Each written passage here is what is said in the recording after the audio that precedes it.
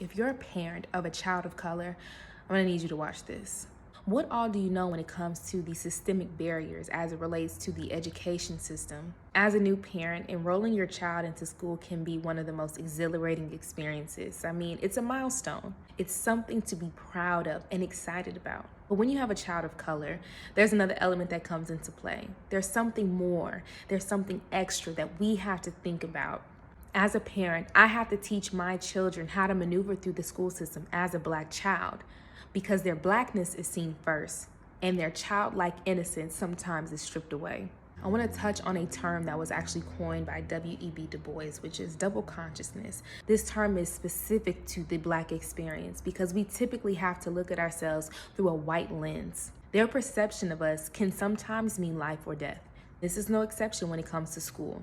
Being Black in white spaces is constant psychological warfare. We're battling internalized anti-Blackness. We're watching as we're being critiqued and perceived in any kind of way. And on top of that, having to display perfect behavior, otherwise we're chastised for it, harsher than our white counterparts. Black and brown kids have to deal with the school to prison pipeline, and as a parent, that is one of the scariest things that I have to think about. Our Black and brown kids are adultified to ages that cannot be comprehended.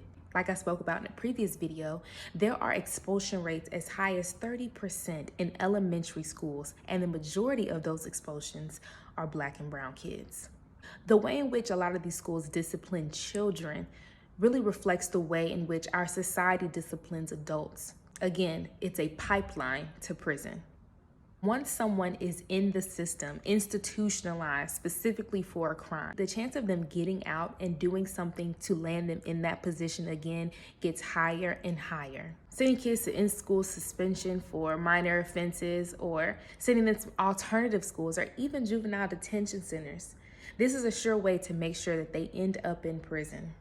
Black people serve more time in prison for the same crimes as their white counterparts. That exact same statistic is true when it comes to disciplinary actions in school. This is why I spoke on the importance of the school board diversity, but also as a parent with a child of color, it's important that we talk to our children about what to expect, and we as parents have to advocate for our children. For more information on the school to prison pipeline and how you as a parent can defend your child against that system, please read the description for more information. And be sure to follow Good.Parents. I hope this video helped you in any way. I would love to hear all of your thoughts, so please leave them in the comments below. I'll see you guys next time.